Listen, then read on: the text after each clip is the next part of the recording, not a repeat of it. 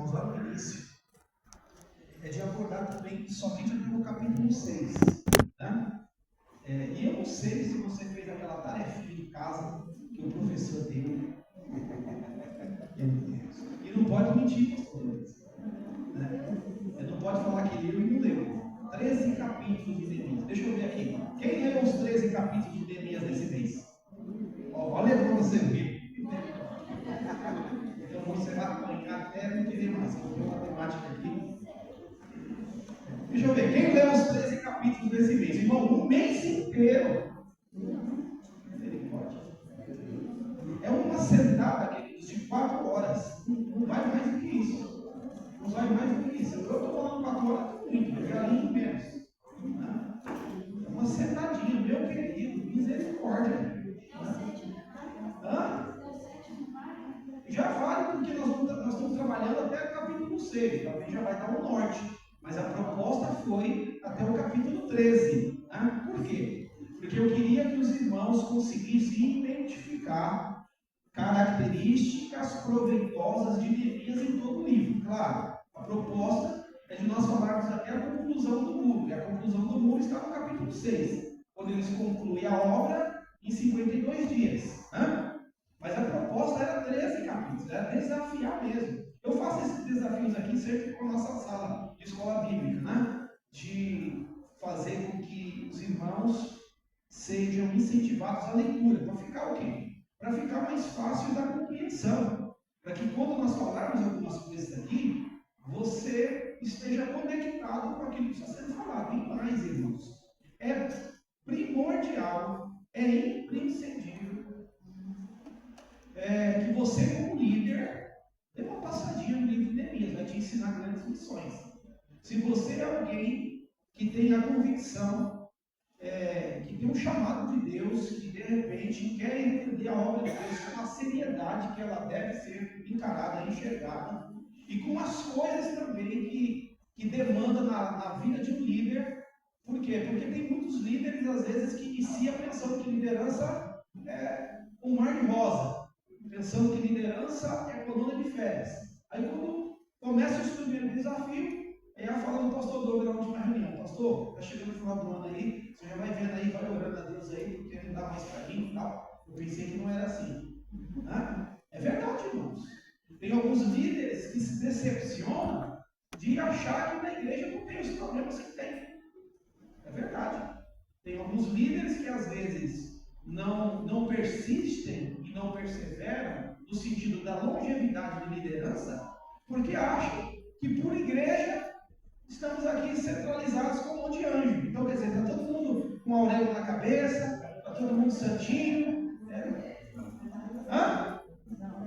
E às vezes a gente sabe que é assim. E em toda a história bíblica eu posso afirmar isso categoricamente. Então, na quinta passada, nós abordamos, já começamos a iniciar falando sobre o perfil de líder.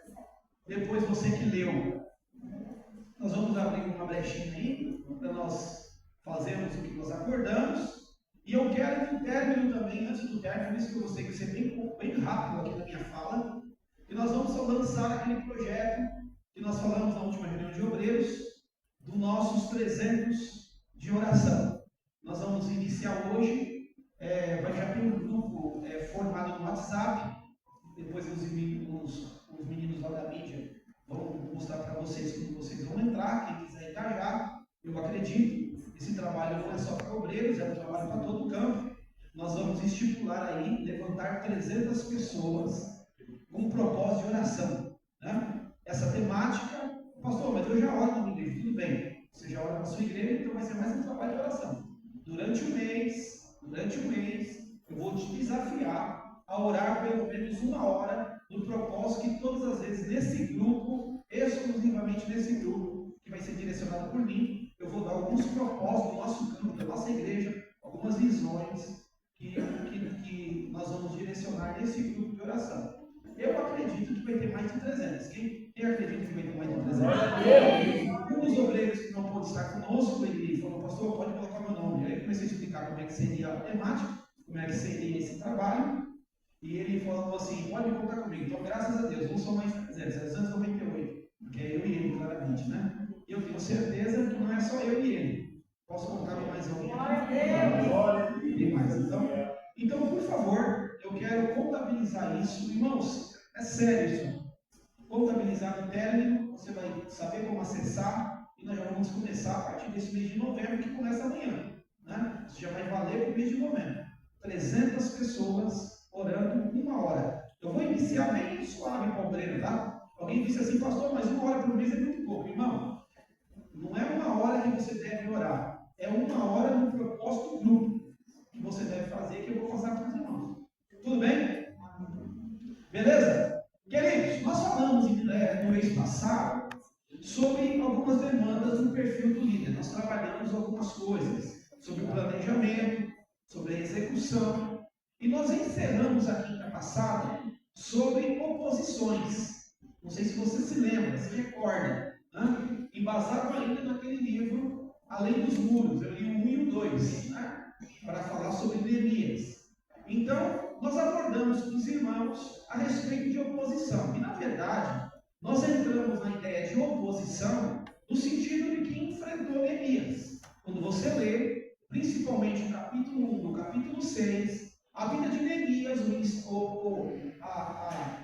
o trabalho que Neemias está desenvolvendo em Jerusalém, não se dá com pessoas que 100% o ajudavam. Você vai encontrar por diversas vezes oposição. E eu enumerei algo interessante. Oposição não é alguém que de repente não concorda comigo. E eu explico isso da seguinte forma. Ao longo da nossa caminhada, mesmo no ministério, ninguém é obrigado a concordar 100% comigo. E ninguém é obrigado a concordar 100% com você. E é bom quando nós tenhamos algumas divergências. É bom quando nós tenhamos visões às vezes diferentes. Ter visão diferente ou entender de forma diferente não quer dizer e não te coloca no rol de quem é o opositor. Não estou falando desse tipo de oposição que enfrentou Neemias. Você vai observar, Pedro não tinha a mesma fala de Paulo. Tanto é que certa feita, Paulo tem que chamar a atenção de Pedro, porque Pedro tinha alguns comportamentos diferentes do que Paulo entendia. Quando ele estava perto de alguns irmãos da circuncisão, ele se comportava de uma forma. Quando ele estava próximo, longe dos irmãos da circuncisão, ele tinha uma outra maneira de agir. E Paulo o confronta. Eu dizia para os irmãos que quando eu li aquele texto com aquela tradução Almeida bem antiga, tradicional, e o confrontam na cara, eu achava que Paulo tinha dado um boxe em Pedro, mas aí depois eu fui entender que na verdade o confronto na cara foi de forma pessoal, não do recado. Né? Tem algumas coisas que a gente entendia dessa forma, né? Então, mas a oposição que Neemias enfrenta, oposição que nós iniciamos quinta-feira, é de alguém que não quer ver a obra avante. É de alguém que está se beneficiando de algo que está ruim. Você vai observar, no capítulo 6 vai nos mostrar a realidade de Jerusalém. A realidade de Jerusalém, descrita no capítulo 1, estava em ruínas, grande miséria e o pobre. Então, quer dizer, era uma cidade desprezada. Eu disse para os irmãos na primeira quinta que Jerusalém estava desabitada por quê? Porque as pessoas que voltaram não queriam morar em Jerusalém, queriam morar além dos muros, porque quem quer morar numa cidade que o muro está quebrado? Quem quer morar numa cidade que não tem porta, que qualquer um entra, que inimigo, não tem nada que paralise a entrada do adversário? Você vai observar no contexto que as pessoas começam a morar em vilas, fora de Jerusalém. Então, tem uma demanda grande. E tem pessoas que estão se beneficiando com isso. Quando você lê o livro de Neemias, você vai ver. Por quê? Porque existiam pessoas chamadas de uma classe de nobre que ganhava com isso. E não somente a classe que estava em Jerusalém. Por exemplo, Samaria, da onde vem lá os samaritanos, da onde vem os opositores de Neemias, de certa forma, estava se beneficiando. Por quê? A história de Jerusalém é muito linda, maravilhosa, período davídico, período de conquista, período que a cidade avançou, período que a cidade tinha aquela potência. Quem não se lembra de Jerusalém, nos tempos de Salomão, quando o grande templo foi construído, Jerusalém era uma cidade que as pessoas faziam turismo. Quem não já ouviu falar sabar, quando quer observar, quando quer ver, literalmente comprovar se aquilo que falava de Salomão era verdadeiro, quando ela vai visitar Jerusalém. Por quê? A cidade de Jerusalém despertava interesse. Mas quem quer visitar uma cidade que só tem ruína e escombro, que ninguém quer morar nela? Então, quer dizer, é uma cidade esquecida. Então, existem pessoas que beneficiavam, porque quando Jerusalém está lá embaixo, Samaria está em destaque. E quando começa essa obra de levantar novamente Jerusalém, quem está se beneficiando de Jerusalém esquecida não quer que Jerusalém avance. Está bom do jeito que está. E mais, tem alguém que às vezes, por estar em escombro e caminhar em escombro, é mais fácil do que você empreender esforço. É aquela pessoa chamada conformada do caos. É aquela pessoa que diz assim, olha para a história, 90 anos desse jeito, e já tentaram e não conseguiram, então não, deixa a gente estar. Daqui a pouco nós vamos para a glória. Para que mexer com isso? Porque geralmente vai mexer com construção tem poeira. Geralmente vai mexer com construção tem trabalho ou não? Já reformaram alguma coisa dentro de casa lá? Vai mexer numa paredinha de nada. Meu Deus, faz uma poeira terrível. Então às vezes a gente nem mexe. Não é assim? Não é assim? Será que tem homem como eu assim? E de repente a mulher vê um negócio, você tem que fazer isso aqui. Geralmente pode te ver sentado no sofá, tem que fazer isso, tem que fazer isso, tem que fazer isso. Aí eu falo assim, Senhor, fecha os meus olhos para eu não veja. Não é assim? Por quê? Porque você vai mexer com quem está quieto, é assim mesmo. Só que a oposição enfrentada, eu dizia na quinta-feira, por Neemias, ela tinha algumas finalidades. Primeiro, vão tentar te impedir de iniciar. A primeira proposta do opositor, vivida por Neemias, e é uma proposta do maligno também, é para tentar fazer com que você não comece. Por quê? Quem começa, geralmente começa com um propósito, começa com uma visão. Quem começa uma reforma ou uma grande obra, ele tem a finalidade de mudar o cenário, de mudar o contexto, de mudar a realidade do momento. Amém, queridos? Quando você inicia alguma coisa, por exemplo, você vai começar um trabalho de uma campanha de oração. Qual que é o propósito? Eu vou orar por orar? Não, vou orar por um propósito. Primeiro, talvez, seria esse. Vou orar para me aproximar do Senhor, vou me orar para estar me fortalecendo mais, vou orar para algumas realidades que se mudem. Por quê? Porque o propósito é de mudar a realidade. Então, a primeira proposta da oposição enfrentada por Neemias é alguém que está o impedindo de iniciar. E o impedimento de iniciar é talvez mostrando algumas realidades humanas dele. Você pensa que você é quem? Você está chegando agora, você não sabe dos problemas aqui, e você acha que você vai conseguir fazer? Porque a proposta do inimigo é dizer assim, não vou deixar ele começar alguma coisa. Eu não sei vocês, irmãos, eu falo isso a novos convertidos. Por exemplo, o novo convertido, quando começa a descobrir, tem um vislumbre, por exemplo, de uma vida de oração, de uma vida de jejum. Eu dizia isso em um ensinamento aqui, dizendo assim, quem de nós, às vezes, quando começou lá a fazer um trabalho de consagração de jejum, e de repente você, o pastor talvez explicou para você como é que faz. Geralmente a gente, antes de dormir, apresentava todo o sacrifício no dia de amanhã, aí de repente você levantava de manhã, o jejum geralmente de crente naquela época era pelo menos até meio-dia, né? Agora já era, porque naquela época, porque hoje tem uns crentes que fazem jejum das 7 às 8 da manhã. Não conseguem mais. Deixa eu falar isso aí, não vou entrar nisso. Mas geralmente a pessoa levanta com um propósito de jejum, aí de repente o pastor Douglas chega na empresa, tem lá o cafezão com a família, nunca traz, mas trouxe lá o pão com salame, que faz tempo que a gente não comia salame. O Senhor, Deus ouviu a minha oração. Aí, mastiga o salame, você mastiga o salame, com queijinho, estou profetizando, hein? Aí de repente, oh meu Deus, eu estava em jejum. Já aconteceu isso com você? Várias vezes aconteceu. Parece que a gente é tomado por uma amnésia, não é assim? Porque o primeiro propósito é fazer com que você não inicie.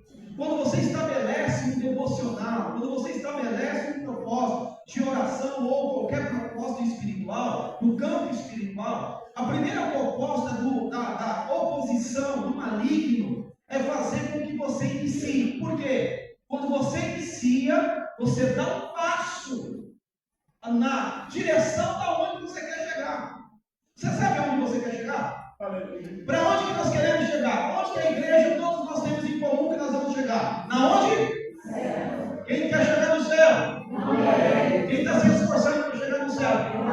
Então a primeira proposta do inimigo é amarrar. Não vou deixar que ele escute a palavra. Não vou deixar que ele vá à igreja. Não vou ocupar a mente dele com muita coisa. Por quê? Porque se ele ouvir a palavra, Romanos capítulo 10, verso 17, de sorte que a fé vem pelo ouvir a palavra. Se ele ouvir a palavra vai despertar a fé. Se a palavra despertar a fé, o Espírito Santo vai fazer uma obra na vida dele, vai abrir os olhos, vai trazer entendimento, vai tirá-lo da ignorância, ele vai passar a caminhar, dar os primeiros passos.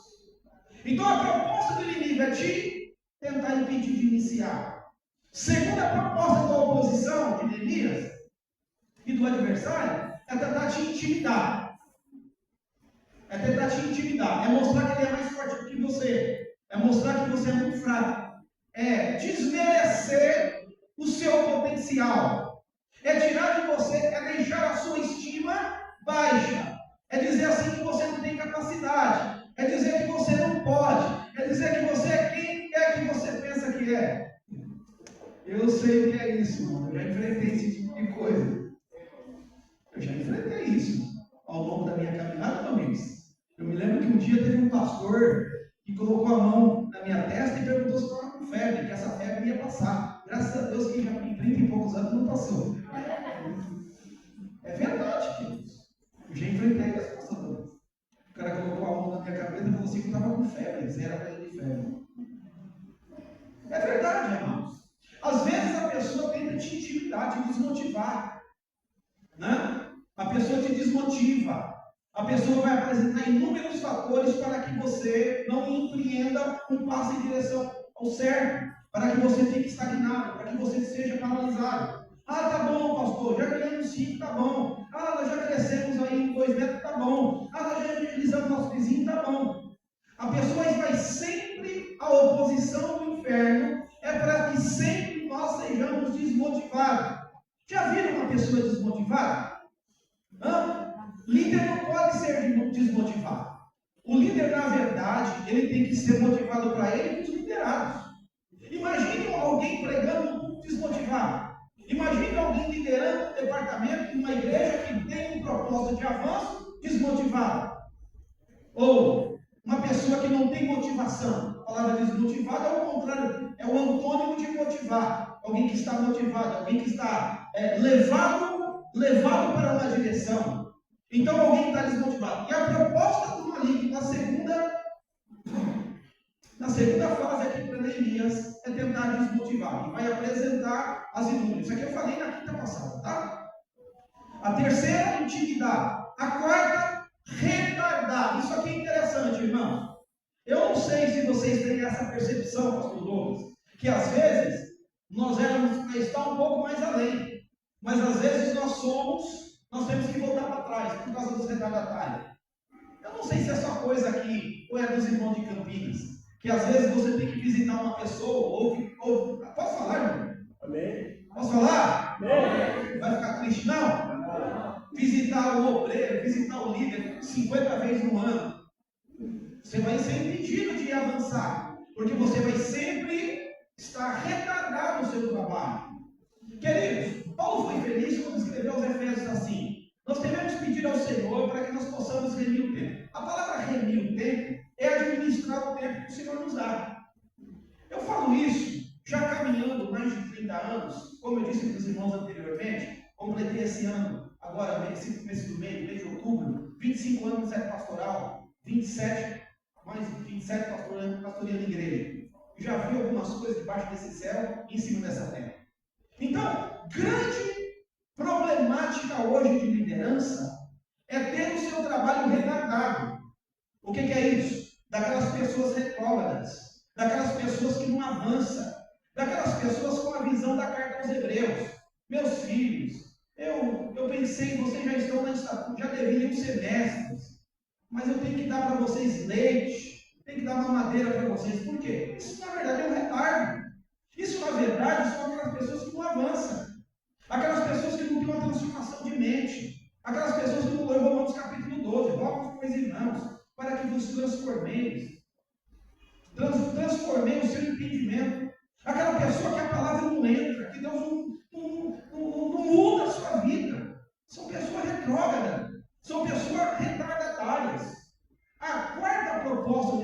adversário na vida de Neemias é tentar retardar. Por quê, queridos? Quando nós fazemos alguma coisa que demanda muito tempo e que a gente não vê resultado, qual que é a finalidade dentro de nós, no âmbito psicológico? É desanimar. Imagina um povo que sai do Egito, caminhando no deserto, uma distância básica, assim, 2 milhões de pessoas aproximadamente, 600 homens, geralmente multiplicado por 4, essa é a conta básica que se faz, né? Mais de 2 milhões de pessoas que saíram do Egito. Imaginem, primeiro ano, segundo ano, terceiro ano, quarto ano, quinto ano, aí passa 10 anos, passa 15 anos, passa 20 anos, tudo bem, olha para o lado, o amigo que saiu com ele morreu. Porque foi uma sentença de Deus para os murmuradores. Quem murmurou, o período da murmuração dos 40 dias, então vai ser multiplicado por 40 anos. E os murmuradores vão tudo morrer no deserto. Aí você fica imaginando, eu saí com o Joãozinho, meu amigo, jogava bolinha de gude, empinava pipa com ele lá no Egito, mas morreu, morre um, e você vai ficando. O que gera no coração de alguém que está caminhando 40 anos? Desânimo. Deus falou da terra e essa terra nunca chega, e talvez, não sei, mas deixa eu aventar aqui, fazer uma suposição. Imagine você passando ali na região de Cades-Barneia, imagine você passando aí naquelas regiões que eles passavam, e de repente, puxa vida, eu já vi essa árvore aqui mês passado eu passei aqui, ano passado eu passei aqui. Imagine você andando em círculo, porque essa é a tendência. Se era uma distância aproximadamente de 3 meses, ou 6 meses, eu não sei, 40 anos andando no mesmo lugar, só falta andando em círculo. Ou seja, foram retardados. E qual que é a ideia do retardamento? Vai gerando uma inércia, vai gerando o que você vai ver no percurso do deserto: murmuração, questionamento. Será que foi Deus mesmo que falou com Moisés? Será que era Deus mesmo? Será que Deus só fala com ele mesmo? Não, vai gerando os problemas. Por quê? Porque o retardo traz isso. Às vezes o Senhor quer nos levar de forma abençoada para lugares muito rápidos, irmãos. E eu não sei se você acredita. Eu entendo que a colocação que Paulo escreve aos Coríntios, dizendo assim: porque uma grande porta se me abriu e há muitos adversários. Eu entendo que existem portas que Deus abre e nós temos que entrar rápido. O gaúcho tem um provérbio dizendo assim: quando um cavalo selado apiar, para você monta, porque não vai chegar a segunda vez. Não perca a oportunidade. Hernandes Dias Lopes escreve assim: a oportunidade visualizada da seguinte forma: na antiguidade, quando os grandes navios estavam para aportar nos portos e precisavam de ser levados para ali. A ideia de oportunidade é quando o vento soprava, eles içavam as suas velas e o vento levava o navio para o lugar que tinha que aportar. Então não podia perder aquela oportunidade. Se perdesse aquela oportunidade do vento levando, ia ter que esperar o próximo vento. E tem vento que não vai passar no mesmo lugar. E aí? Não dá para ser retardatário. Não dá para entender a proposta de Deus de avançar e você ser um freio de mão.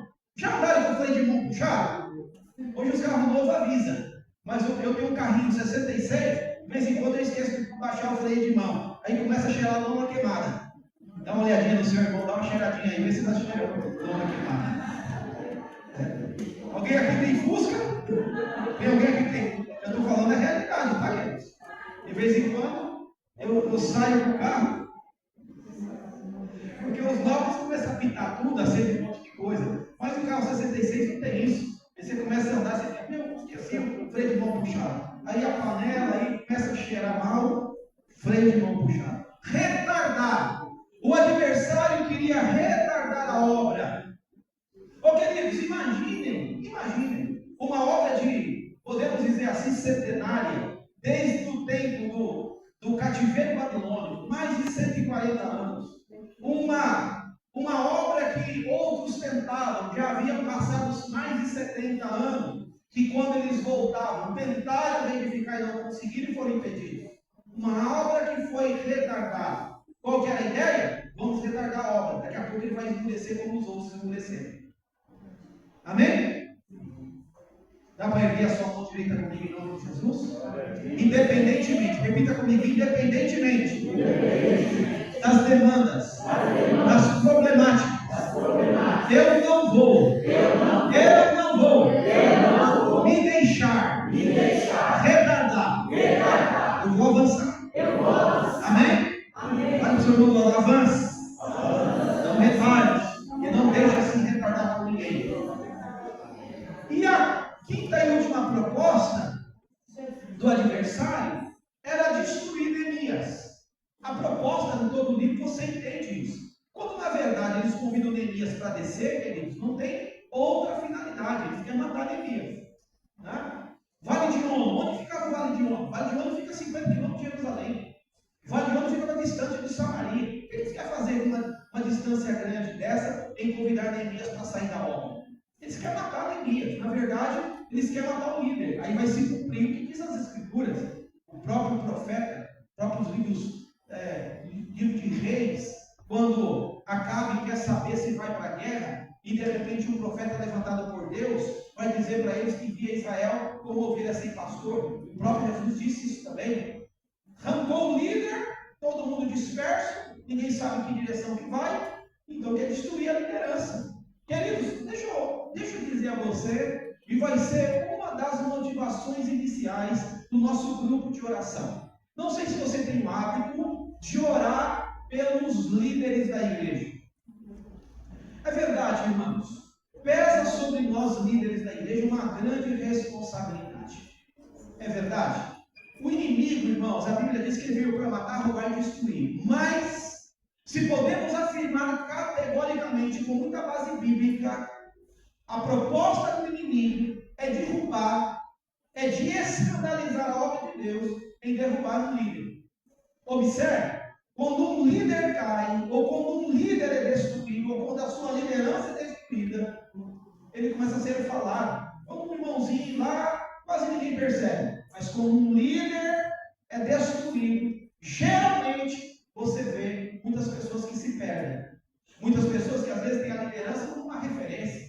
Muitas vezes o líder como um espelho. Um líder como um pai. Um líder como um tutor. Um líder como alguém que está lado a lado. Um líder como um ensinador. Um líder como um professor. Então, quando ele cai, automaticamente, talvez, vai haver um abatimento no campo espiritual. A gente mesmo ensinando ao longo dos anos que a nossa fé tem que estar em Jesus, independentemente de quem é que seja o Senhor tem colocado como líder. Mas nós, como igreja, devemos orar pelos líderes ou pelas lideranças da igreja. E eu não sei, querido, eu não sei se é um hábito seu, mas se não for, eu vou desafiar nos 300 você fazer isso.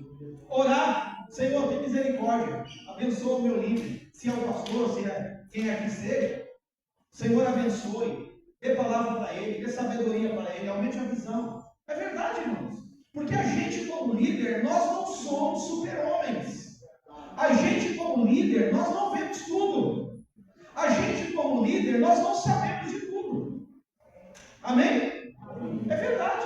Tem algumas pessoas que às vezes assim, pastor, o senhor sabe, eu posso saber de muita coisa, mas não sei de tudo.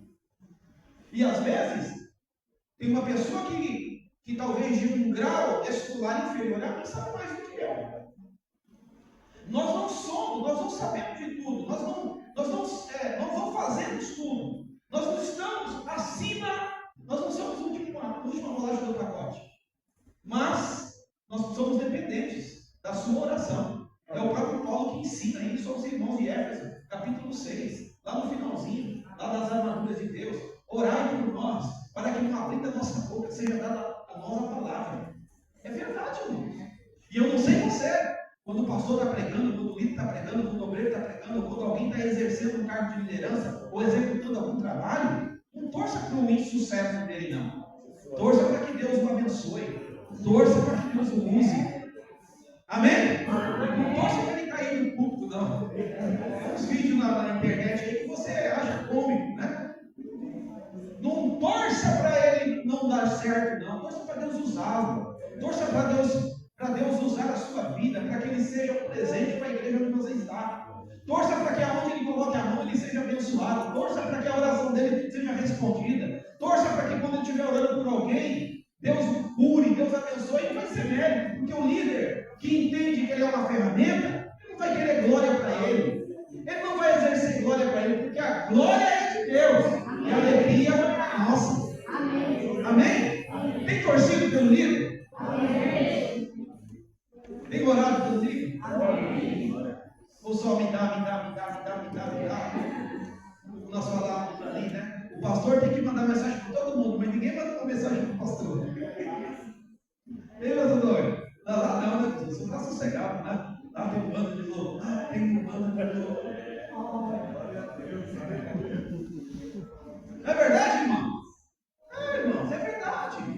Nós exercemos, eu, graças a Deus, tive o privilégio, antes de pastorear o campo, eu ocupei alguns cargos de liderança aqui, fui líder de alguns departamentos da igreja. Então a gente sabe o que é isso. O líder, talvez, na visão, na concepção de alguém imaturo, de alguém indouto, de alguém incauto, de alguém que se deixa levar pelas emoções humanas, acha que o líder tem que saber de tudo. Não, querido, ele pode ter talvez mais responsabilidade, é bíblico. A quem mais é dado é mais cobrado, vai ser mais cobrado. Mas o líder também demanda da sua atenção. O líder também demanda da sua intercessão por ele. E essa palavra de intercessão vai ser o tópico que eu vou iniciar nesta noite, para a proposta desta noite. Isso aqui que eu dei uma introdução é o que nós falamos assim, de forma rasteira, superficial, na última quinta-feira. E hoje nós vamos, nessa continuidade do perfil do líder, segundo o livro de Neemias, nós vamos observar um dos atributos, ou alguns atributos, eu quero falar pelo menos dois, e dissertar sobre eles aqui, que vai ser muito bem aplicados para nós. Então, aperta o cinto aí, que tem uma hora aí que nós vamos dar uma arrochada, como diz alguém. Né? Vamos lá. Queridos, eu não sei se vocês que leram os 13 capítulos de Neemias, ficou evidente que Neemias era um homem de oração. Neemias era um homem de oração? Sim. Sim ou não? Sim. Então, rapidinho, você que é crente, que trouxe a Bíblia para a igreja, você que é um obreiro abençoado, que trouxe a Bíblia para a igreja, abra sua Bíblia rapidinho. Neemias capítulo 1, verso 4. Deixa eu ler pelo menos 3 versículos até o capítulo 6, que demanda ou que demonstra que Neemias era um homem de oração. Vamos lá. Neemias 1, verso 4. Outro irmão pegue aí Neemias 4, verso 4. E outro irmão, só para finalizar, Neemias capítulo 6, verso 14. 3 versículos mostrando que Neemias era alguém de oração. Eu inicio falando de oração, que Neemias era um intercessor. E vou falar sobre os atributos do intercessor. Vamos lá? E sucedeu que, ouvindo eu estas palavras, assentei-me e chorei, e lamentei por alguns dias. Estive jejuando e orando perante o Deus do céu. Estive orando, chorando e orando diante do Deus do céu. Ele está fazendo o quê? Ele está orando. Capítulo de número 4, verso 4. Quem achou? Ouve, ó nosso Deus, que somos tão desprezados, e caia o seu próprio sobre a sua cabeça, e faz com que seja um despojo numa terra de cativeiro. Ele está orando ao Senhor, falando da vergonha de Jerusalém. Está orando. Capítulo 6, verso 14. Para encerrar. Capítulo 6, verso 14. Eu orei, ó meu Deus, não se esqueça de todo o mal feito por Tobias e Sambalate, a profetisa Noadia, e de todos os outros profetas que me tentaram intimidar. Queridos, vai ficar evidente, quem leu o livro de Neemias, que Neemias era alguém de oração. Sim ou não? Sim. Só que diante de tudo isso, eu trago para nós, nessa noite, uma das coisas que me fez pensar durante esses dias, ou por que não dizer durante algumas noites. Neemias era alguém ocupado ou desocupado? O que você acha? Antes de Neemias vir para Jerusalém. Ocupado ou desocupado? Ocupado. O que se entende? Eu expliquei para vocês que o que se entende que Neemias como copeiro, a palavra copeiro não é simplesmente lavador de copo, como alguém talvez vai observar. O copeiro ali, segundo a tradição, tinha a função, primeiro, ser experimentador de comida do rei. Por um grande índice na época de grandes reis assassinados por envenenamento. Mas eu trouxe para os irmãos também, acho que na primeira abordagem de Jerusalém, que também era a função do copeiro de participar, de estar tão próximo do rei, que de certa forma ele dissertava a corrente de alguns problemas da corte. Então, quer dizer, era um homem que via muitas pessoas, que participava de muitas reuniões, estava sempre perto do rei. Então, eu dizia isso para os irmãos. O que você entende? Ele era alguém que era muito ocupado. Tem alguém aqui que é muito ocupado nos dias de hoje? Tem alguém que trabalha bastante? Quem trabalha bastante? Quem levanta mais menos de 6 horas da manhã? Deixa eu ver. Oh, que maravilha. Glória a Deus. Tem uns irmãos aí que eu vou entrar na hora do meio-dia, tem gente que vai levantar meio-dia. Qual que é a ideia aqui, queridos? A ideia aqui de intercessor, que independentemente das minhas muitas ocupações, todo líder, ele deve assumir esse papel de intercessor. Neemias era alguém que intercedia. Neemias era alguém que orava. E essa oração, eu não vou dissertar sobre tipos de oração ao longo da Bíblia. Não vou dissertar de clamor, de súplica, não vou falar sobre isso. Eu vou falar aqui da intercessão de Neemias. Neemias está intercedendo pelas pessoas, intercedendo pelo povo, intercedendo por Jerusalém, intercedendo pela situação de que se encontrava em Jerusalém. Eu vejo aqui Neemias intercessor. Só que tem um detalhe. Neemias era alguém ocupado. Sabe que nós corremos um sério risco nessa muita ocupação que nós temos, de às vezes ser tão ocupado, de esquecermos coisas elementares na fé, e principalmente na fé de um líder. Por exemplo, a pessoa de repente, ele só lembra da Bíblia na hora de vir para a igreja. Não, isso é a realidade de hoje.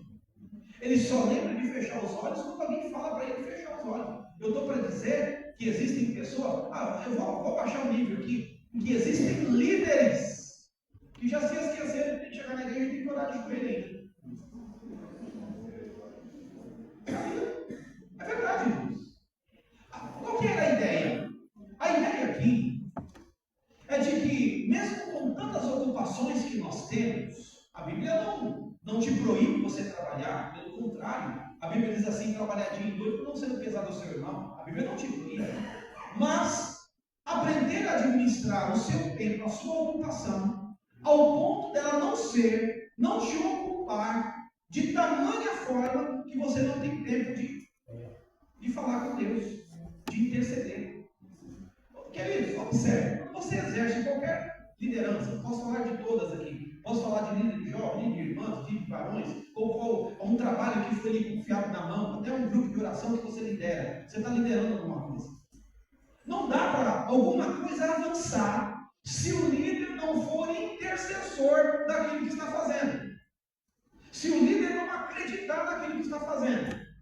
Eu não sei se você já ouviu essa fala, espero que eu não ouça durante a minha jornada no Evangelho, de quando você coloca um líder e alguém diz para ele, o pastor me colocou aqui, eu não sei nem o que eu preciso fazer, não sei nem o que eu estou fazendo aqui. Não, eu entendo que se você foi colocado em determinada coisa, eu entendo que pré-requisitos você teve para você ser visualizado para aquilo.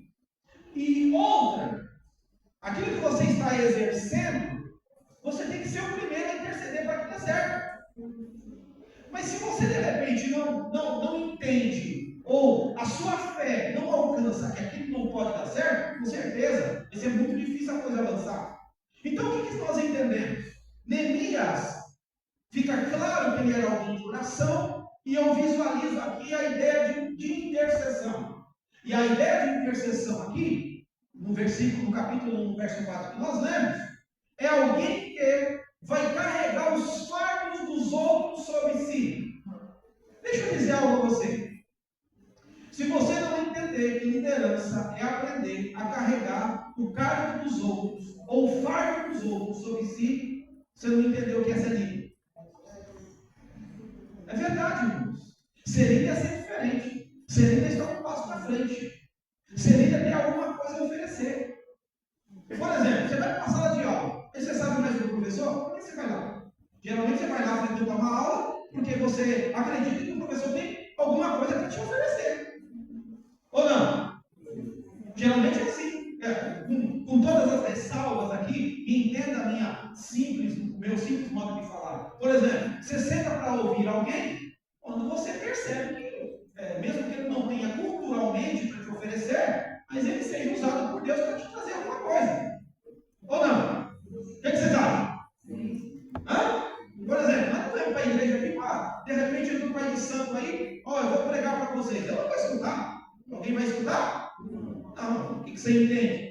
Nós vamos escutar alguém que tem alguma coisa para oferecer. Se não culturalmente, mas espiritualmente tem alguma coisa da parte de Deus para nos oferecer. Amém. E o que você entende? Líder, a intercessão de Neemias vai demonstrar isso. Ele sente o fardo dos outros. Eu disse isso na última quinta. Eu disse assim, na ideia do altruísmo. É de alguém que se preocupa com o trem.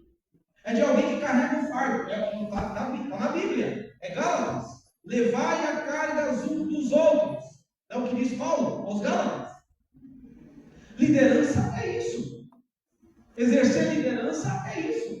Exercer liderança, às vezes, não é ter a sua liderança amortizada ou facilitada. Claro, irmãos, às vezes nós vivemos pela misericórdia do Senhor um tempo de graça, como viveu Ezequias. Você vai ver, foi uma das orações que Ezequias fez, e Deus não permitiu que o seu reino vivesse um período de guerra. Mas houve muitas guerras em Israel. Às vezes nós podemos viver até um período de bonança. Mas deixa eu dizer a você, líder, quem quer ser líder, ou quem é líder, tem que estar preparado para carregar fardo. Vamos mudar aqui a palavra fardo. Carregar piano. Já viu o carregador de piano? O Severino da igreja? Quem é o Severino? Tem algum Severino aqui? Ô Severino, tá aí? Tá aí. É Severino mesmo? Então você vai ser o nosso Severino hoje aqui. Geralmente o Severino faz tudo. É levar carne, é levar o fardo. Então, essa é a ideia. Escuta isso aqui. Há um autor chamado Kirill Barber, diz um líder sábio coloca bem alto em sua lista de prioridades o bem-estar daquele com quem trabalha. Por exemplo, um líder é aquele que se preocupa com quem está do seu lado trabalhando, ajudando. E aí, meu irmão, como é que você está? Está tudo bem? E aí, está tudo bem? Está precisando de alguma coisa? Líder está sempre pronto a se dispor, a levar o fardo, a carregar a liderança ali, a estar pronto a ser líder. Na visão desse autor, é alguém que coloca uma lista lá no pé das prioridades principais. Como estão meus liderados? Estão bem? Estão sendo bem alimentados? Estão tomando café de manhã? Estão almoçando? Tem as suas demandas ali atendidas? O líder, o intercessor, é aquele que aprende ao longo da caminhada carregar o fardo dos outros sobre si. Aí você vai me dizer, pastor, eu não estou conseguindo carregar nem os meus problemas. É por isso que nós precisamos, como líder, da capacidade de Deus, irmão. É verdade, queridos. Eu não sou melhor do que você, eu tenho minhas demandas, e não são poucas. Mas o que às vezes nos faz andar e nos faz permanecer de pé? É a misericórdia do Senhor. E a gente está na misericórdia, está debaixo da misericórdia. É o segredo que eu descobri ao longo dos anos. Só estou de pé por causa da misericórdia. Só podemos fazer alguma coisa não é por causa da nossa bondade. Então o líder tem que entender isso. É por isso que eu tenho que ser um intercessor. Aprender a levar o fardo. Aprender a pedir força e graça para o Senhor. Por quê? Meu irmão, deixa eu dizer a você, Deus não é de endereço. Eu acredito assim. Se Deus te escolheu, Ele viu alguma coisa que mesmo você não vê. Ele viu para isso comigo. Ou não? Deus é endereço? O Deus que não é endereço, um dia falou para Cornélio, aparece um anjo lá para Cornélio fazendo esmola, vai lá em Jope. Lembra do Jope? Jope é a cidade do Jonas, a cidade portuária da região, que o Jonas pega o navio para o lado errado. Cornélio, direcionado pelo anjo, orientado por Deus, vai lá na casa do Simão, manda chamar Simão para vir aqui orar e trazer a palavra. E a Bíblia diz que nesse inteirinho que o homem está indo lá para casa, para Jope, Pedro está recebendo de Deus a visão do animal impuro. Lembra da visão? O lençol, come. Senhor, não vou comer isso aí não, Senhor, não posso comer. Você é animal imundo. Come. Ele não estava entendendo. A Bíblia diz que ele, quando desce do eirado da parte superior da casa, os rapazes do do lado da porta, o convidando, e ele escuta a voz, vai com eles. E ele chega na casa de Cornélio e começa a pregar. Olha a mensagem de Pedro lá em Atos, uma mensagem simples, e de repente, no abrir da boca dele falando de Jesus, caiu sobre eles o Espírito, eles ouviram a palavra e foram batizados com o Espírito Santo. Capacidade de Pedro, não. A intelectualidade de Pedro, não. É o operário do Senhor. É a ideia de levar o fardo dos outros sobre si. Segunda característica e atributo de um intercessor é alguém que reconhece a soberania de Deus sobre si. Deus é soberano? É. Porque, queridos, é bem verdade que nós seres humanos, e às vezes nós que temos o comportamento sanguíneo colérico, às vezes achamos que nós temos algum peso de razão para falar com Deus ou para ensinar Deus a trabalhar. Eu não sei você, eu já orei bastante assim, talvez até hoje faça algumas orações assim, que você quer ensinar Deus. Aí de repente, o Espírito Santo que faz, que nos ensina, que faz com que a palavra flua do nosso lábio, que perscruta o íntimo de Deus, que exprime com gemidos inexprimíveis, como Paulo escreve aos Romanos, nos ensina como convém pedir, como diz a palavra, ele vai nos colocando no lugar certo, e a gente vai entendendo, Senhor, muito obrigado. Mas Senhor, eu queria que fosse assim, mas o Senhor é soberano. É a tua vontade, Senhor. Aí Deus, de repente, sopra no seu ouvido, ó, isso aí você está pedindo, não vai dar certo, vai ser desse jeito. Senhor, passa de mim esse cálice, mas seja feita a tua vontade. Já viveram assim? Já oraram assim? Que você talvez quis ensinar Deus a fazer da forma que você achava. Senhor, faz assim, quebra ele, mata ele, aleja ele, leva para o hospital. Deus, não. Isso aí é salmo de deprecação, isso aí é salmo de período de Davi, salmo de vingança, a gente ainda está na graça. Isso aí agora é oração de feiticeiro. Hã? Aí você entende que alguém que é intercessor é alguém que reconhece a soberania. Nós podemos ter inúmeros argumentos diante de Deus, porém, tem que ficar claro a cada um de nós, o nosso Deus é soberano. Aleluia. Quando eu falo que o nosso Deus é soberano, querido, a palavra final vai vir dele para a situação. Amém? Como disse Ana, ele é que mata e ele que dá vida. É ele que faz uma mulher estéril assentar semente de filhos. É ele que levanta do monturo e faz assentar em cadeira de príncipe. É Deus, Deus que dá a palavra final. É o Deus que tira do campo para assentar no palácio. É Deus que dá a palavra final. É Deus que sopra o vento, o barco vai para onde que Deus quer. Nós, na verdade, somos vasos. Aí eu entendo que Deus quis falar para Jeremias. Desce lá, Jeremias. Lá na casa do oleiro, vê lá. Olha o vaso na mão do oleiro. E a massa, e a massa. Ô irmão, e a massa, e a massa. Dizem que quanto mais amassado, mais impureza do barro é tirada, é extraído. E o vaso fica melhor. Então, deixa eu profetizar. Talvez você está sendo amassado aí para ficar melhor. Aleluia. Dá glória a Deus. Aleluia. Porque acima de tudo, você está na soberana vontade do Senhor. Deus é soberano. Ele faz o que Ele quer. Às vezes os nossos planejamentos não dão certo. Às vezes os nossos planos não dão certo. Às vezes as nossas vontades não dão certo. Amém? Ah, pastor, mas está na Bíblia. Entrega o seu caminho ao Senhor, confia nele, que Ele fará. Beleza. Mas fará não a minha vontade, mas a vontade dele.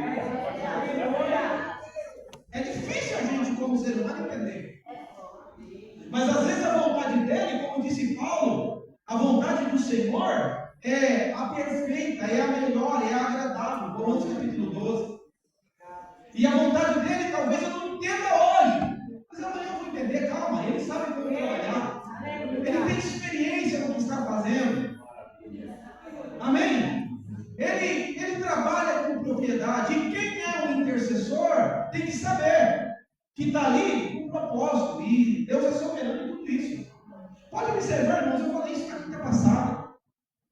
Neemias nenhuma vez bateu no peito e disse que ele fez alguma coisa por si só. Todos os sucessos que ele teve, ele diz assim: foi a mão poderosa do Senhor que fez isso. Foi a mão poderosa do Senhor que propiciou isso. Parece que quando José disse que ele ouviu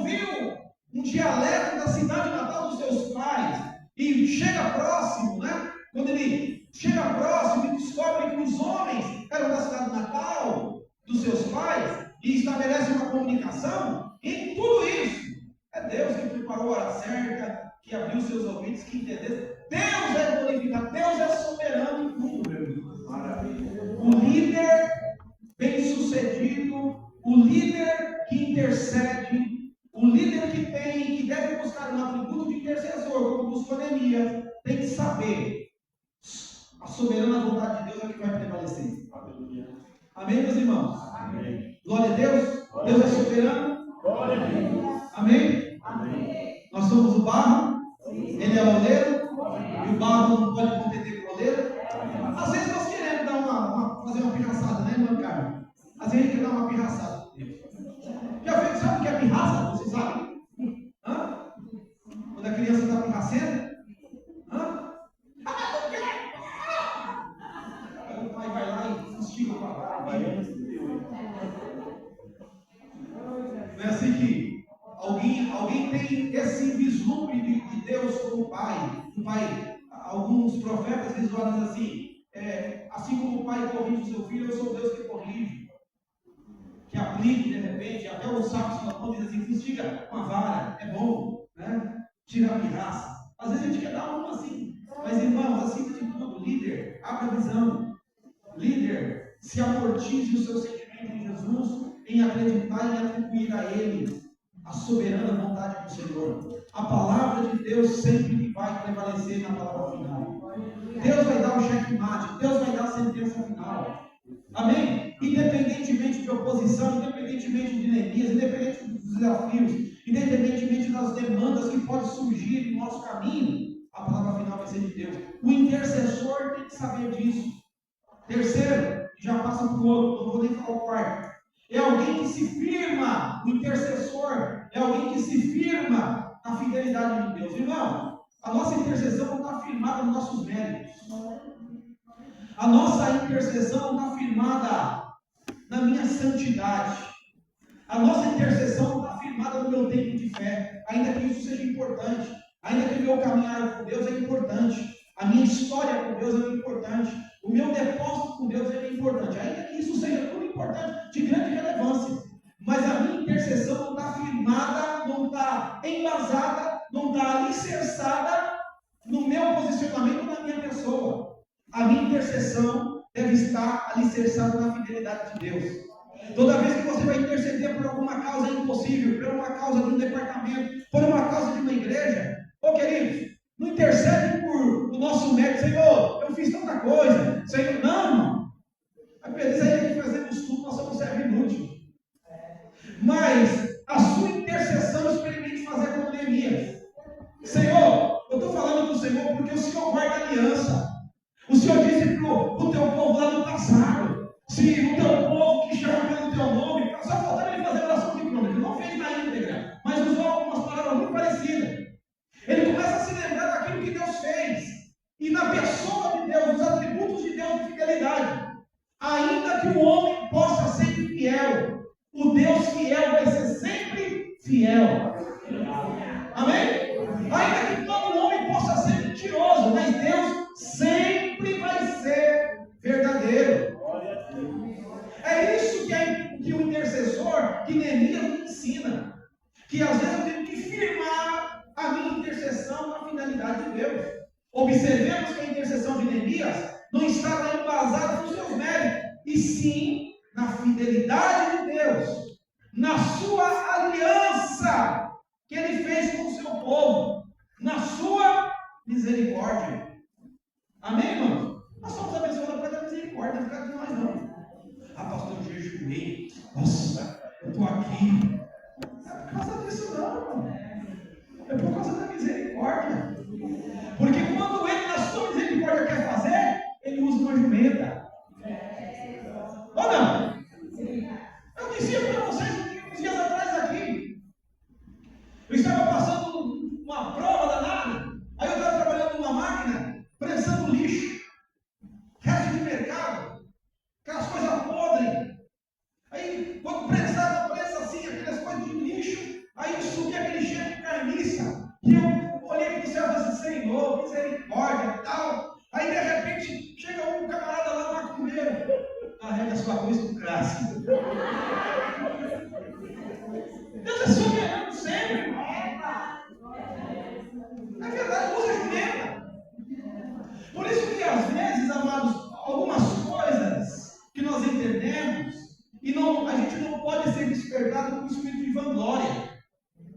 Quando de repente Deus nos usar de uma forma abençoada, para abençoar o seu povo, abençoar a sua igreja, e a gente olha para a gente e nossa, meu Deus, nossa, não foi nada da gente, é a fidelidade de Deus com o seu povo, é a fidelidade de Deus com o seu nome, com a sua fidelidade, com a sua aliança, com a sua misericórdia que Ele disse. É Deus mostrando, é Elias falando para mim e para você: olha, não se embase, não interceda pelos seus méritos, por aquilo que você fez. Aquilo que você fez vai ter uma recompensa. A Bíblia diz isso como motivação para você como líder. Você vai ter uma recompensa. Mas Deus não fez pelo seu mérito. Ele fez isso por causa da sua grande misericórdia. Ele fez isso por causa da fidelidade. Ele fez isso porque Ele é fiel. Ele fez isso porque Ele é fiel. Porque Ele guarda a aliança que Ele fez. Os meus olhos não estão fixos nesse lugar. Os meus ouvidos não estão abertos no clamor desse lugar. Olha, irmão, isso não é para mim. É Deus falando com o seu povo. Amém? Glória a Jesus. Deixa eu pular aqui para essa última aqui e deixar essa intercessão. A segunda característica que eu vejo em Neemias, e nessa aqui eu quero rapidinho, poucas palavras, abordar isso aqui. A integridade. Neemias dá para mim uma outra característica importantíssima, principalmente nos dias de hoje, essa ideia de integridade. A característica de uma pessoa íntegra é alguém que se apresenta intacto, é alguém que é ileso, é alguém que não sofreu qualquer diminuição, não sofreu qualquer alteração. Perceba que nesses dias de tanta normalidade, tanta aceitação, tem um nível de comprometimento abaixo. As pessoas, na ideia de ser íntegra, as pessoas às vezes têm deixado um pouquinho a desejar. Neemias me ensina isso. Quando você observa Neemias como líder que teve uma história de sucesso, além da intercessão e de características que abordamos na última quinta-feira, eu vejo aqui integridade. Isso aqui é oportuno para falarmos um pouquinho a respeito de integridade. Por gentileza, abra sua Bíblia, por favor. Filipenses, capítulo de número 2, versículo 15. Eu quero duas versões desse capítulo. Filipenses capítulo 2, verso 15. Por gentileza, coloque aí para mim a tradução King James. Filipenses capítulo 2, verso de número... essa aí é NA. Ah, já mudou? Eita! Então depois você volta para aí. Coloca a NA primeiro, depois eu trago aqui no King James. Por favor. Vamos lá. Filipenses 2, 15 na NA. Nova Almeida atualizada. Não, é NA. Demora aí? Ah, foi. Vamos lá, vamos ler junto, para você despertar e não dormir. Babá. Vamos lá. 1, 2, 3. Para que sejam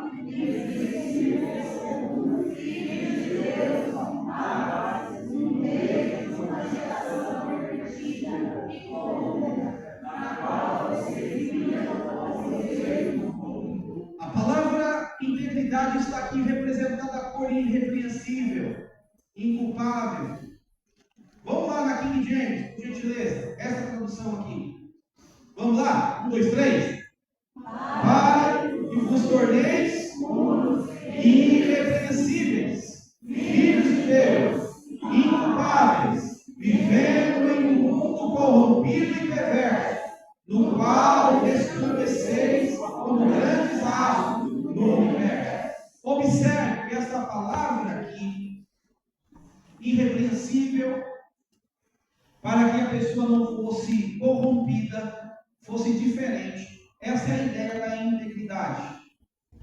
Eu tenho uma outra tradução que diz assim: para que sejam inocentes e inofensivos, filhos de Deus, sem repreensão, no meio de uma nação corrupta e perversa. Tinha isso aqui no tempo de Neemias? Tinha. Como eu disse na introdução, quantas pessoas se beneficiavam pelo caos instalado em Jerusalém. Quantas pessoas ricas, e ficava mais rica, por causa da pobreza dos mais pobres. Você vai ver isso, quem leu todo o livro vai ver isso, a injustiça social instalada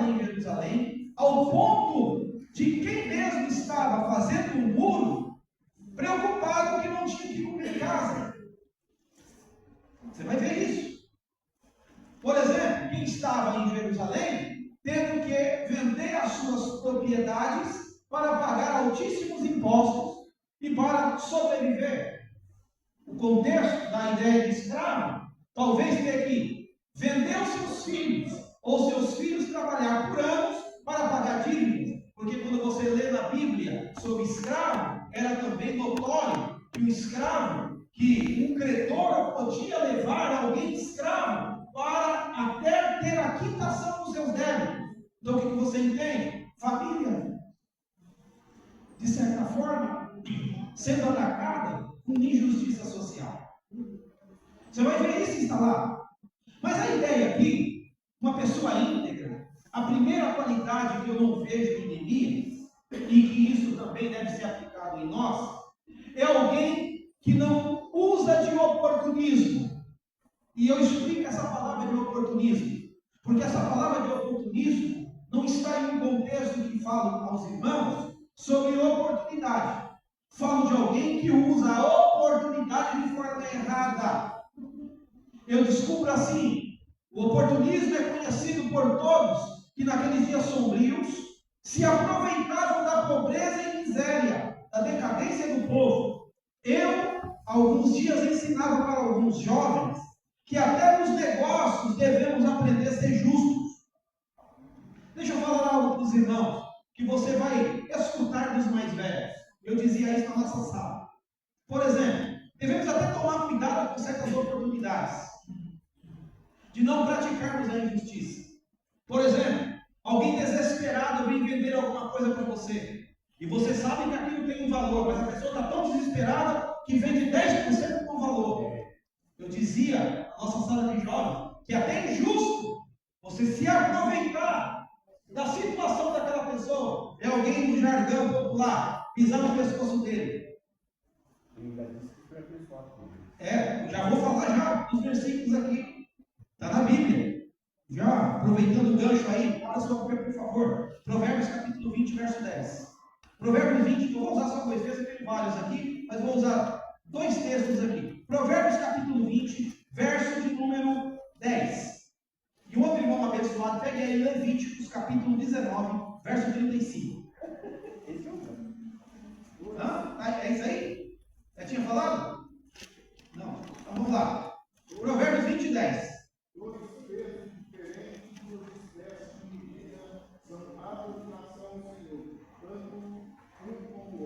É a ideia de alguém que puxa mais para o seu lado. É alguém que vai pesar na balança. Tem uma outra tradução. Por favor, lê aí. O Senhor detesta a desonestidade e a mentira.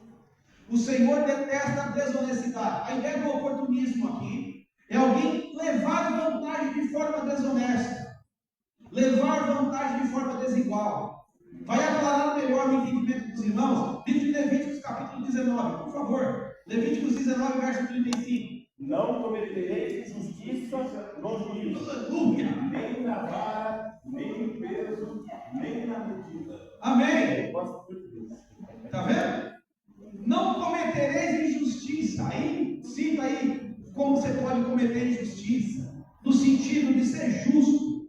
No sentido de não usar a oportunidade. Não, irmão, a pessoa está querendo comer. Com todas as ressalvas dos alunos, né? Que volta desesperado, esfomeado, dia da caça, que coloca até a mesa da primogenitura. Não está nesse contexto. A Bíblia, Pedro vai o chamar de profano. Trocar a mesa da primogenitura por um prato de lentilha. Mas, deixa eu dizer, a pessoa está com fome. Ele vai vender o que tem para comer, para dar comida. A Bíblia nos mostra lá, lembra lá de Samaria, quando estava cercada, que mães desesperadas comeram o filho da outra. Você imagina, né? Então, oportunismo de forma errônea, eu chamo aqui de exploração, ou qualquer esquema duvidoso, fraudar ou participar de coisas ilícitas. Posso falar? Vou lá na prova. Pagar propina. Pagar o quebra. Eu falei isso na sala. Eu falei isso na sala, pastor. Ainda bem que não está aqui, eu posso falar. Lá em casa, ele põe a primeira, a segunda e não quis ir. Vou pagar o quebra.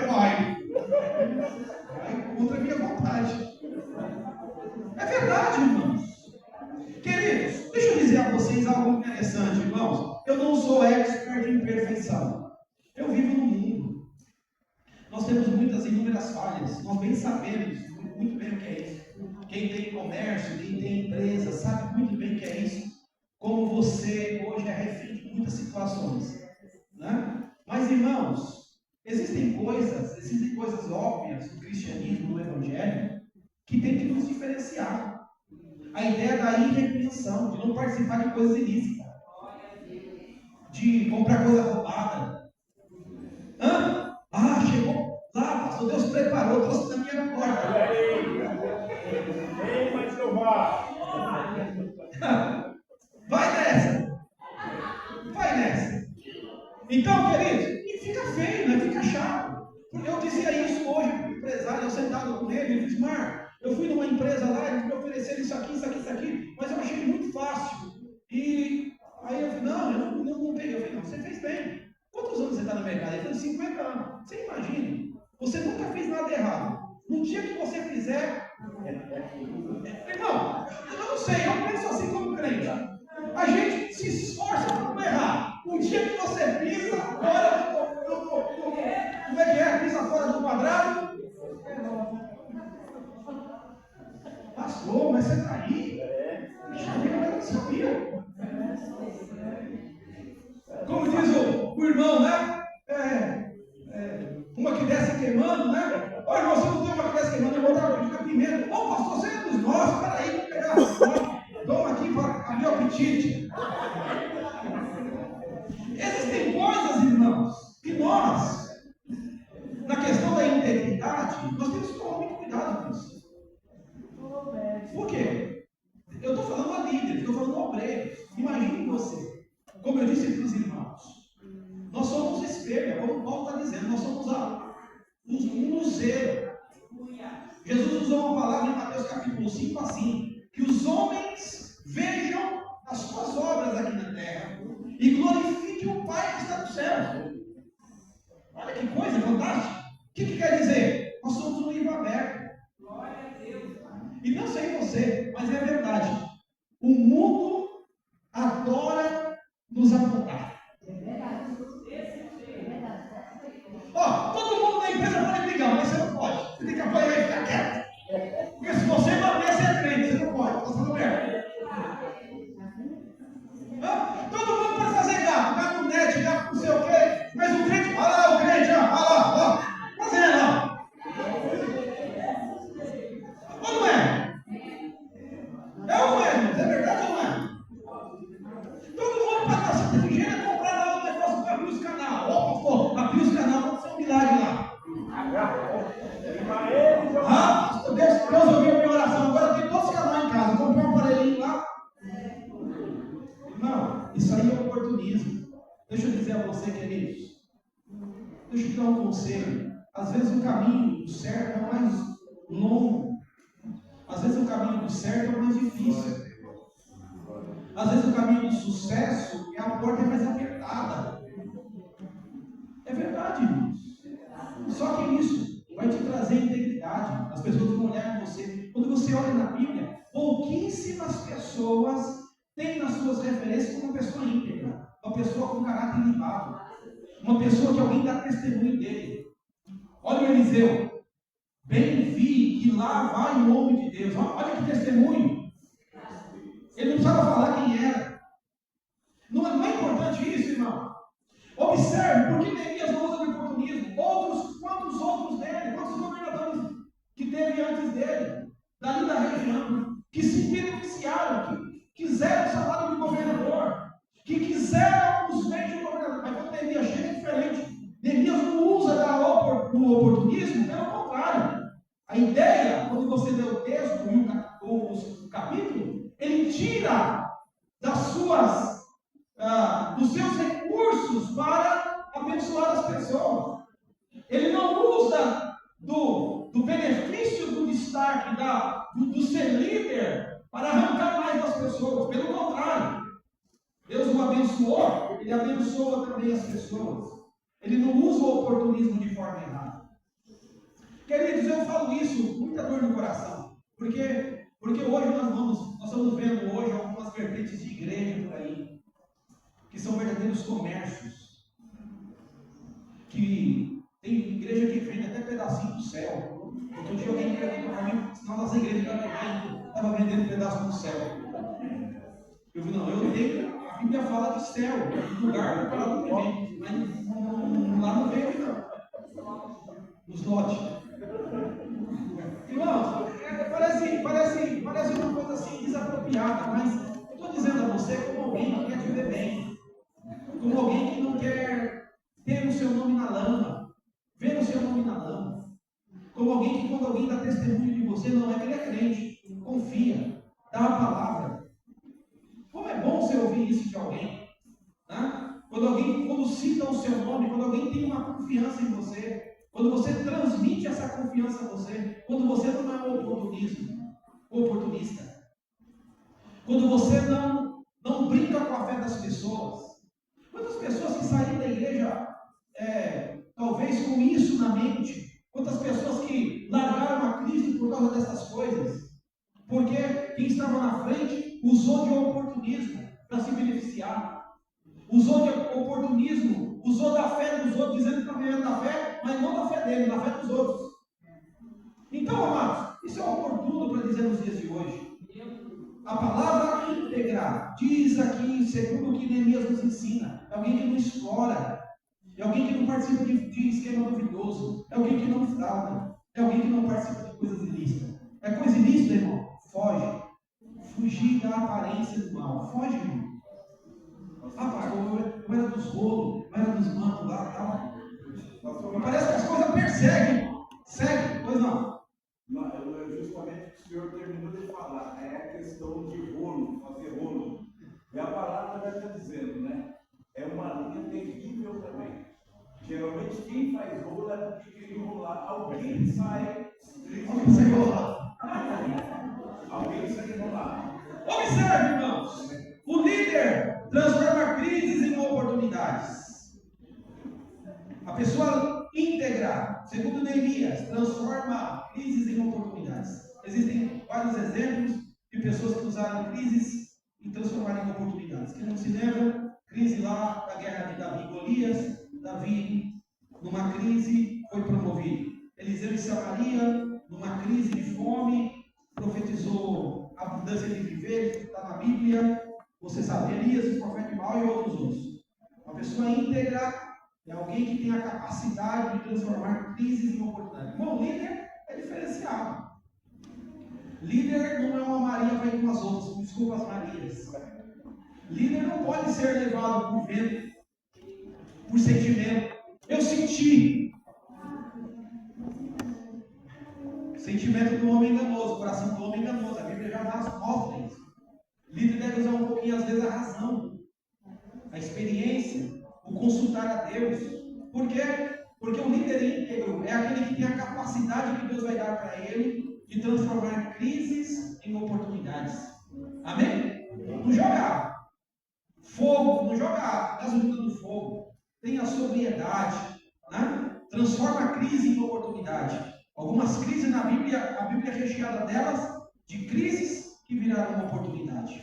Ser pessoa íntegra é alguém que dá mais valor ao trabalho do que a indolência luxuosa. Indolência, pessoa indolente que quer ficar estagnada, ficar displicente, ficar parado. Às vezes o conforto de algo que caiu, de algo que está desmoronado, de algo que está ruína, talvez pode ser mais fácil do que começar um novo trabalho. Você vai observar isso no capítulo 5, verso 16 do livro de Neemias. Ele demonstra que ele preferia trabalhar do que ficar indolente, no berço do descanso, no ócio da vida. Trabalhar. Líder tem que propor trabalho. Líder tem que fazer alguma coisa. Tem que entrar em atividade. Eu observo aqui um texto que eu particularmente gosto muito, né? Lucas capítulo 9, quando Jesus está convidando as pessoas para ir até ele. E de repente alguém diz para Jesus: Jesus, deixa o morto enterrar os mortos. Parece até uma coisa, se você não entendeu o contexto, talvez é até uma palavra maldita por Jesus, né? Mal usada, mal aplicada por Jesus. Mas quando você vai entender o texto, era a ideia ali do sepultamento, como se fazia. Primeiro, sepultava o corpo, geralmente numa caverna, até que os ossos fossem decompostos. Aí depois, lá de aproximadamente um ano, enterrava os ossos. Por que a pessoa estava dizendo: Jesus, deixa eu esperar passar mais um ano aí, depois de mais um ano, eu vou te seguir. Aí Jesus disse: deixa o morto enterrar os mortos. Então, morreu. Qual que era a ideia? A ideia de trabalhar no momento, a ideia de fazer alguma coisa momentânea, não ficar no ócio, não arrumar desculpa para não fazer alguma coisa. Nós também podemos ser também líderes que escolhem fazer alguma coisa para mudar a situação, ou escolherem ficar uma vida indolente, de ficar nos escombros da história. Mas eu tenho certeza que o Senhor vai nos despertar a cada dia, para que a nossa visão de mudança, para que a nossa visão de transformação seja atual, seja hoje, e seja de agora para frente, para a glória do Senhor. Que coisas que de repente estavam nos escombros, que coisas da nossa vida que estavam de repente esquecidas, que o Senhor desperte em nós, ao longo desse final de ano e do início de um novo ano que se apresenta, uma visão de Neemias, de alguém que enxergou, que detectou o problema, de alguém que orou a Deus, pediu as estratégias, de alguém que consultou o Senhor, pediu para que Deus o capacitasse, para que ele fosse alguém escolhido por Deus para uma grande obra. Deixa eu dividir essa palavra com você. Você foi escolhido por Deus para uma grande obra. Amém? Você foi escolhido por Deus para uma grande obra. Pode falar isso para o seu irmão do lado? Você foi escolhido por Deus para uma grande obra. Talvez ainda você não visualize como algo grande, mas enxergue. Tudo o que Deus entrega na nossa mão é grande. Amém? Nós podemos ser pequenos, mas trabalhamos com coisas grandes. Nós podemos ser pequenos, mas trabalhamos para alguém que é grande. E grande é o nosso Deus. Amém, queridos? Que Deus te abençoe. Eu te desafio, meus irmãos. Teve alguém que leu esse vídeo aí, alguma característica fora do normal, fora da curva, que nós estamos falando dentro desses dias, que você conseguiu identificar em Neemias? Hã? Fala aí, doutor Gilmar. O irmão Derek Kiner escreve um comentário em Atos 9 sobre Neemias e ele resume, Faz uma síntese. faz um resumo disso que o pastor lecionou hoje para nós e ainda um pouco mais. Ele diz que Neemias é um homem resoluto espiritualmente. É um homem que tem aquelas qualidades que Deus deseja de nós, lá em Hebreus 10, 38 e 39. Não somos como os cabelos que retrocedem, nós somos aqueles que avançam. Bom. Amém? Pastor Marcos, Pois não. Tem que ser rápido aí para. só uma situação aqui para ver se é real, literalmente.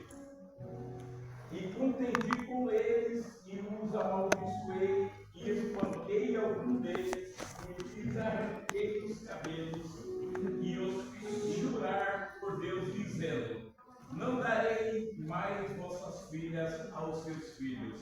Literalmente isso aqui. Não.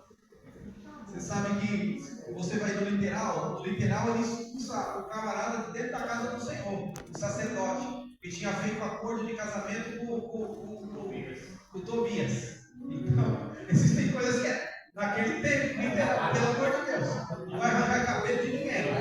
Pelo amor de Jesus. Vai ensinar na igreja lá que o pastor mandou explicar arrancar cabelo, né? O literal. Se você for ver lá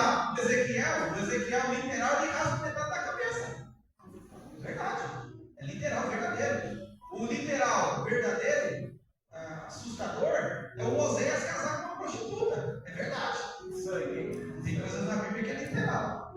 Ainda que não seja nos nossos dias. Pois não, pastor? Neemias sabia também com quem que podia contar, né? Ele escreveu a Esdras, né? Que já vinha trabalhando, né? E deu continuidade à obra que era de Deus. E colocando no coração de todos, né, a motivação para sempre seguir a direção que Deus já deu. Na verdade, até na concepção judaica, não tem essa divisão como nós temos, né? É um livro só, Esdras. Tanto é que a primeira paralisação lá do templo, dos muros, está lá no capítulo 4 de Esdras, quando eles recebem a carta que paralisa a obra. Na verdade, eles estão muito interligados, ainda que em anos diferentes. Se você observar, ainda em anos diferentes, né? Alguns anos diferentes, mas é a continuidade, desde a volta do cativeiro, de uma continuidade do plano da família, de um plano que Deus tinha. Ele entende isso. E é claro que naquele tempo, eu dizia para os irmãos aqui, acho que na primeira e na segunda, eu disse assim: Neemias veio com a direção de Deus e casou que o povo atendeu essa direção de Deus, porque tinha tido povo em Jerusalém. Mas por que não aconteceu antes? Porque aquele era o momento. Amém? Existem coisas que já eram para acontecer. Por que não aconteceu? Porque não era o momento. Eu entendo que talvez algumas coisas vai acontecer, porque esse é o momento. Amém, meus irmãos? Glória a Deus. Queridos, Deus abençoe os irmãos. Agradecimento aos irmãos pela disposição. Sei que na semana é meio complicado. Algumas justificativas. Pastor Ismar, hoje a sua esposa está aniversariando, saiu com a esposa, justificou a sua ausência. O Gilvan também teve um probleminha lá no olho. Acho que teve um procedimento lá no olho, não pôde estar, e justificou também a sua ausência. Eu acho que, para mim, o que chegou só foi esses avisos, né? E eu conheço alguém que diz assim: os outros só Deus sabe, né? Espero que estejam bem, né? Mas a gente entende, irmãos, a gente sabe que é sacrifício mesmo, e a ideia, o propósito é que às vezes tem que ter um pouquinho de esforço para que nós tenhamos aí uma mensagem uniforme, uma visão uniforme, para que nós iniciamos o novo ano de uma forma uniforme. Essa é a visão nossa. A visão nossa é para que nós possamos aí ter uma mesma linha e Deus sendo glorificado em todo em nome de Jesus. Quero agradecer a cada um dos irmãos, em nome de Jesus, nos colocar de pé, e um cafezinho, inclusive.